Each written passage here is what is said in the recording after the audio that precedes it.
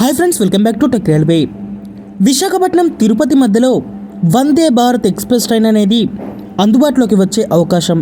ఈ వివరాలకి వెళ్లే ముందు మీరు మా టెక్ రైల్వే ఛానల్ ఇదే మొదటిసారి చూస్తున్నట్లయితే ప్లీజ్ సబ్స్క్రైబ్ చేసుకోండి. అలాగే నోటిఫికేషన్స్ కోసం పక్కన ఉన్న బెల్ ఐకాన్ కొట్టండి.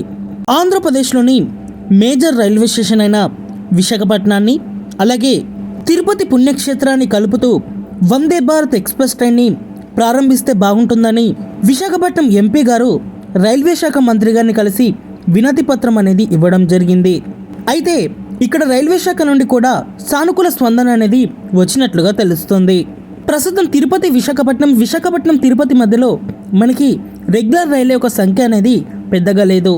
2 రెగ్యులర్ రైళ్లు, అందులో ఒకటి తిరుమల ఎక్స్ప్రెస్ అలాగే వివేక్ ఎక్స్ప్రెస్, అలాగే వారానికి 3 రోజులు ప్రయాణించే డబుల్ డెక్కర్ ఎక్స్ప్రెస్లు, పూరి తిరుపతి ఎక్స్ప్రెస్లు అనేవి ఇక్కడ అందుబాటులో ఉన్నాయి. మిగతా అన్ని వీక్లీ ఎక్స్ప్రెస్లు అలాగే స్పెషల్ రైళ్లు అనేవి ఈ విశాఖపట్నం తిరుపతి మధ్యలో సేవలు అనేవి అందిస్తున్నాయి. ఇక్కడ చాలా రైళ్లు అనేవి పైనుండి రావడంతో విశాఖపట్నం వాసులకి సీట్లు అనేవి సరిగ్గా దొరకకపోవడం, రిజర్వేషన్లు కూడా దొరకకపోవడంతో విశాఖపట్నం వాసులు తిరుపతికి వెళ్ళడానికి తీవ్రంగా ఇబ్బందులు అనేవి ఎదుర్కొంటున్నారు. వీటన్నింటిని దృష్టిలో ఉంచుకొని విశాఖపట్నం ఎంపీ గారు రైల్వే శాఖ మంత్రి గారిని కలిసి విశాఖపట్నాన్ని అలాగే ఇక్కడ తిరుపతిని కలుపుతూ ఒక వందే భారత్ ఎక్స్ప్రెస్ ట్రైన్ని ప్రారంభించండి అని కోరడం జరిగింది.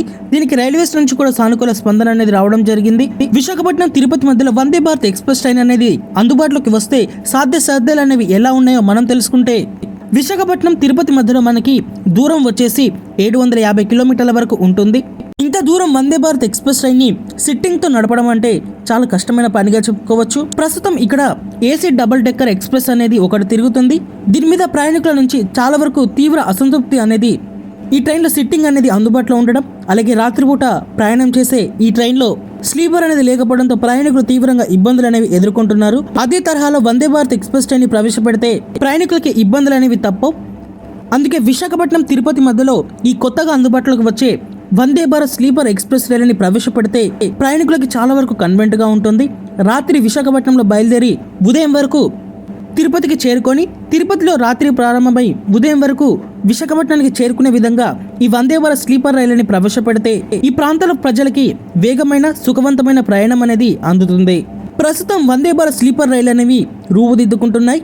చెన్నై ఐసీఎఫ్లో ఇక్కడ వందే భారత్ స్లీపర్ రైలు అనేవి తయారవుతున్నాయి. మొత్తం 16 కోచ్లతోటి 1100 బెర్తుల వరకు ఇక్కడ అందుబాటులో ఉంటాయి. ఈ రైళ్లకి 160 కిలోమీటర్ల వేగంతో ప్రయాణించడానికి ఈ రైళ్లు అనేవి అందుబాటులో ఉంటాయి. అలాగే సేఫ్టీ ప్రికాషన్స్, సీసీ కెమెరా అలాగే భద్రతతో కూడిన ప్రయాణాన్ని అందించడం ఈ వందే భారత్ స్లీపర్ల యొక్క ముఖ్య బాధ్యతగా చెప్పుకోవచ్చు. విశాఖపట్నం తిరుపతి మధ్యలో వందే భారత్ స్లీపర్ ఎక్స్ప్రెస్ ట్రైన్ని అందుబాటులోకి తీసుకువచ్చే అవకాశాలు అనేవి ఎక్కువగా ఉన్నాయి వందే భారత్ సిట్టింగ్ కంటే. ఓకే ఫ్రెండ్స్, తిరుపతి విశాఖపట్నం మధ్యలో సిట్టింగ్ వందే భారత్ ఎక్స్ప్రెస్ ట్రైన్ని అందుబాటులోకి తీసుకొస్తే బాగుంటుందా, అలాగే స్లీపర్ వందే భారత్ ఎక్స్ప్రెస్ ట్రైన్ని అందుబాటులోకి తీసుకొస్తే బాగుంటుందా, మీ అభిప్రాయాన్ని కామెంట్ చేయండి.